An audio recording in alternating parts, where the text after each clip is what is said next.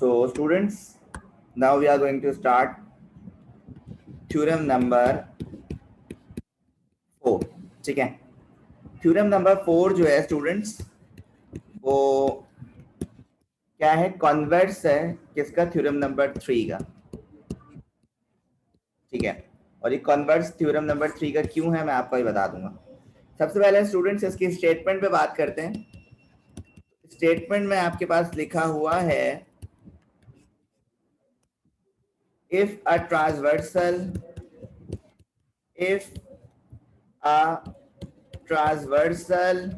intersects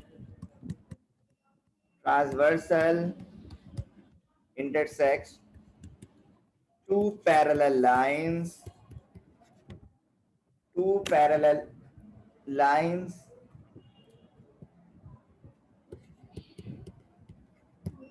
the alternate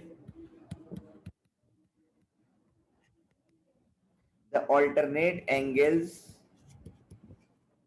so form are congruent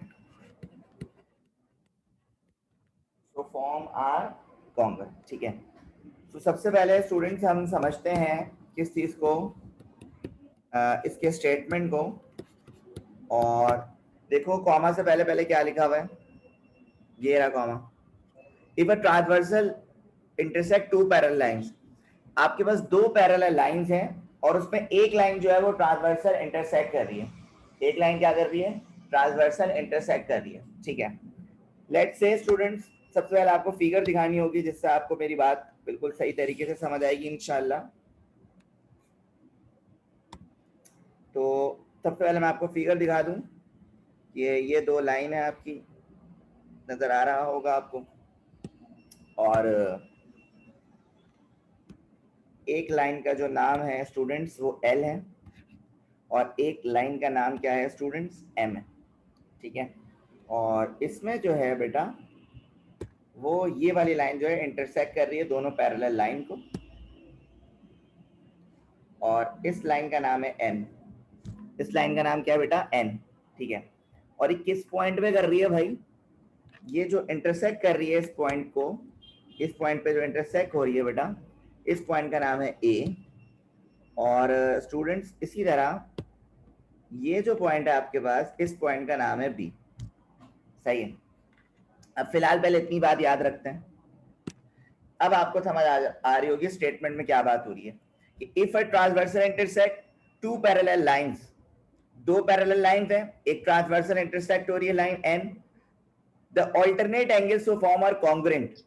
alternate angles जो है students, alternate angles का मतलब ये कि एक एंगल यहां बन रहा है और एक एंगल जो है वो यहां बन रहा है, इसी तरह एक एंगल यहां बन रहा है, कोई एक एंगल यहां बन रहा है। ऑल्टरनेट एंगल का मतलब ये जैसे एंगल 1 2 3 4। ठीक है, जैसे ऑल्टरनेट एंगल कौन सी बात हो रही है कि ये वाला जो एंगल है वो इसके बराबर होगा। एक मिनट मैं इसको जरा सही से कर देता हूं।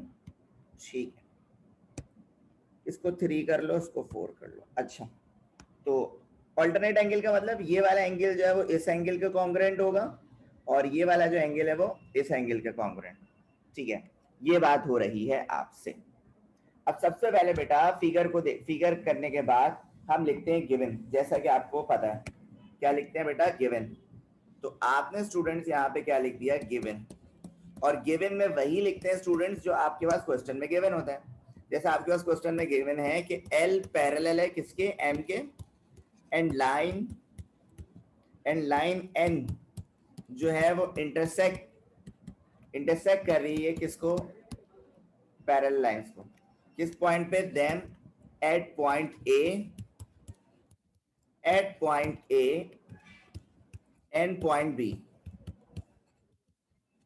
Point B respectively.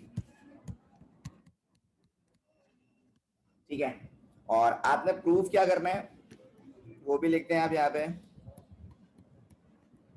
To prove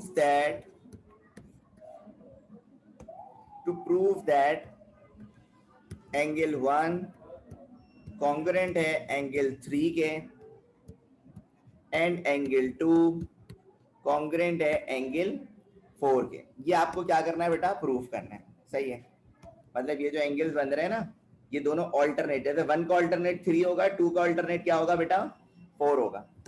तो ये दोनों आपने प्रूफ करने हैं। तो फिर आपने लेनी है स्टूडेंट सपोजिशन करनी है। ठीक है, सपोजिशन। सपोजिशन क्यों करते हैं स्टूडेंट्स थ्योरम में? सपोजिशन इसलिए करते हैं बेटा ताकि आप जो है अपने थ्योरम्स को प्रूफ कर सकें, अपने थ्योरम के रिजल्ट डिजायर्ड रिजल्ट तक पहुंच सकें, इसलिए हम सपोजिशन करते हैं। ठीक है, तो यहाँ पे स्टूडेंट सपोजिशन क्या कर रहे हैं आप, सपोज ये कर लें, लेट से कि सपोज एंगल 1 जो है वो नॉट कॉन्ग्रुएंट है किसके, एंगल 3 के, बट एंगल 1 जो है वो कॉन्ग्रुएंट है किसके, ए बी सी के, किसके, ए बी सी के। और where B C does not lie on M। अब आपके दिमाग में एक सवाल आएगा, यार BC कहां से आ गया, है ना यार, बिल्कुल BC कहां से आ गया, यहाँ पे तो कुछ है ही नहीं। तो यहाँ पे हम एक और काम ये कर रहे हैं बेटे कि यहाँ पे हम एक और लाइन यहाँ पे पास कर रहे हैं। ठीक है, एक और लाइन पास करवा रहे हैं और इस लाइन का ये तो है B, ठीक है, और ये हो जाएगा C। अच्छा, ये क्यों कर रहे हैं, ये इसलिए कर रहे हैं बेटा ताकि अगर हम ये सपोज करें कि ये दोनों लाइन जो है वो पैरेलल नहीं है, अगर हम ये क्या कर रहे हैं सिर्फ सपोज करें, तो भाई आपने एक लाइन जो है वहां यहाँ से पास करा दी। सही है, अब इसमें एक एंगल बन जाएगा, कौन सा एंगल, ए बी सी। ये देखो ए बी सी, ठीक है, यही चीज यहाँ पे लिखी हुई है कि सपोज ये कर लो कि एंगल 1 जो है एंगल 3 के कॉन्ग्रुएंट नहीं है, मतलब ये वाला जो एंगल है वो इसके कॉन्ग्रुएंट नहीं है। ठीक है, कॉन्ग्रुएंट तो जब होगा जब दोनों लाइंस पैरेलल होंगी, लेकिन आपने यही सपोज कर लिया कि दोनों लाइंस पैरेलल नहीं है, तो ये वाला जो एंगल है 1 वो बराबर है किसके, एंगल ए सी ई के। ठीक है, और ये बात भी याद रखिएगा, BC does not lie on M। ये जो BC लाइन है वो M पे बेस नहीं कर रही। ठीक है, और हम ये सपोज कर रहे हैं कि जो BC लाइन है वो L के पैरेलल है, किसके, L के पैरेलल है। सही है, अब सिलसिला कुछ इस तरह है बेटे कि पहले बताओ यहाँ तक क्लियर हो गया, से यस और नो। सो स्टूडेंट जैसा कि आपको पता है गिवन हो गया, प्रूफ दैट हो गया, सपोजिशन हो गया, उसके बाद स्टूडेंट्स हम बनाते हैं अपना प्रूफ, यानी अब हम करते हैं प्रूफ। यहाँ पे हेडिंग सबसे मेंशन करते हैं हम प्रूफ, और प्रूफ लिखने के बाद स्टेटमेंट और रीजन। तो यहाँ पे हमने लिखा स्टूडेंट्स स्टेटमेंट्स, और यहाँ पे स्टूडेंट्स हमने लिखा रीजंस। ठीक है, और इसको हमने बीच से सेपरेट कर दिया जिस तरह हम काम करते हैं। तो बेटा यहाँ पे सबसे पहला पॉइंट आप लिखेंगे कि सिंस एंगल 1 जो है वो कॉन्ग्रुएंट है किसके, एंगल ABC के। ये पॉइंट आपने कहां से लिया सर, ये पॉइंट हमने लिया बाय सपोजिशन। कहां से लिया बेटा, बाय सपोजिशन से आपने पॉइंट लिया। इसी तरह फिर हम पॉइंट नंबर 2 पे बात करेंगे। पॉइंट नंबर 2 पे लिखा हुआ है देयरफॉर L जो है, लाइन L जो है वो पैरेलल है किसके, BC के। क्योंकि बेटा ये पॉइंट जो है हमने वो इसी के बेस पे लिया, इसीलिए हमने यहाँ पे लगाया देयरफॉर। ठीक है, तो लाइन जो है वो किसके पैरेलल है, किसके, BC के, मतलब ये जो L है वो इस BC के लिए पैरेलल है। जब ये बात आपकी हो रही है कि L पैरेलल है किसके, BC के, तो इससे ये बात भी साबित होगी कि angle 1 and angle ABC are congruent. ये दोनों क्या होंगे स्टूडेंट्स, कॉन्ग्रुएंट होंगे। सही है, अच्छा जी, लेकिन एक बात हमें ये पता चल रही है कि सर बट L जो है वो किसके पैरेलल है, M के। ये बात हमें कहाँ दी हुई है सर, ये बात आपको दी हुई है गिवन में।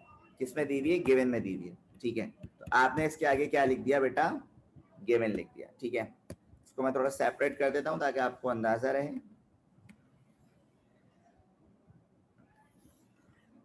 अच्छा जी, अब देखें जरा सिलसिला आगे स्टूडेंट्स, पॉइंट नंबर 4 पे। पॉइंट नंबर 4 में आपके पास लिखा हुआ है therefore L is parallel to two intersecting lines,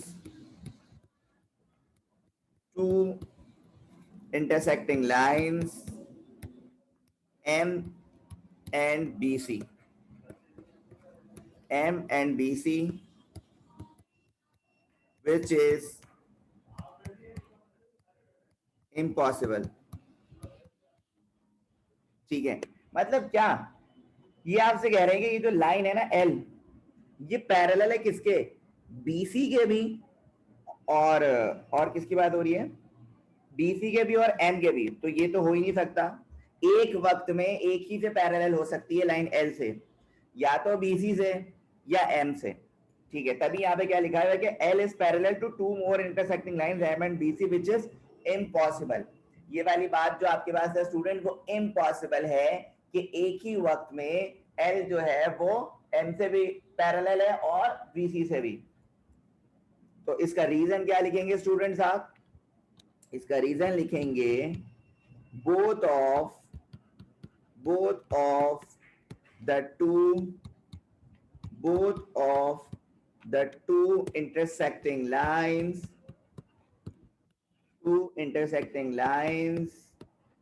cannot, क्या है स्टूडेंट्स, cannot be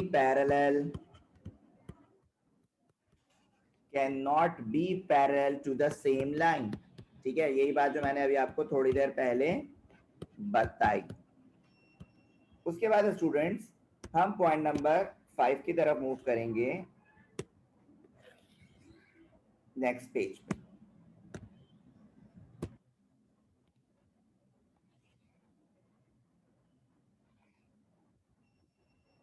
अच्छा, तो आगे बढ़ते हैं. पॉइंट नंबर 5 आपको क्या कह रहा है कि देयरफॉर एंगल 1 कॉन्ग्रुएंट है एंगल 3 के. तो अच्छा, एक बात याद रखिएगा, अगर गिवन और सपोजिशन में से किसी एक चीज को सेलेक्ट करना हो स्टूडेंट्स, तो हम गिवन को करते हैं.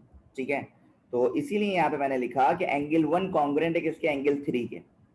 सही है, जब एंगल 1, जब ये एंगल और ये एंगल कॉन्ग्रुएंट है, तो इसका मतलब ये लाइन और ये वाली लाइन भी क्या है, आपस में पैरेलल है. एंगल 1 कॉन्ग्रुएंट एंगल 3, और यहां पे आपने लिखा कि आर supposition is wrong. ठीक है, और तो जब सपोजिशन रॉन्ग हो गई तो हम चलते हैं पॉइंट नंबर 6 की तरफ. और पॉइंट नंबर 6 आपके पास है सिमिलरली जब ये दोनों एंगल्स बराबर हो सकते हैं, तो बेटा ये भी हो सकता है कि एंगल 2 कॉन्ग्रुएंट है किसके, एंगल 4 के. और ये बात आपने कहां से ली है, बाय द अबव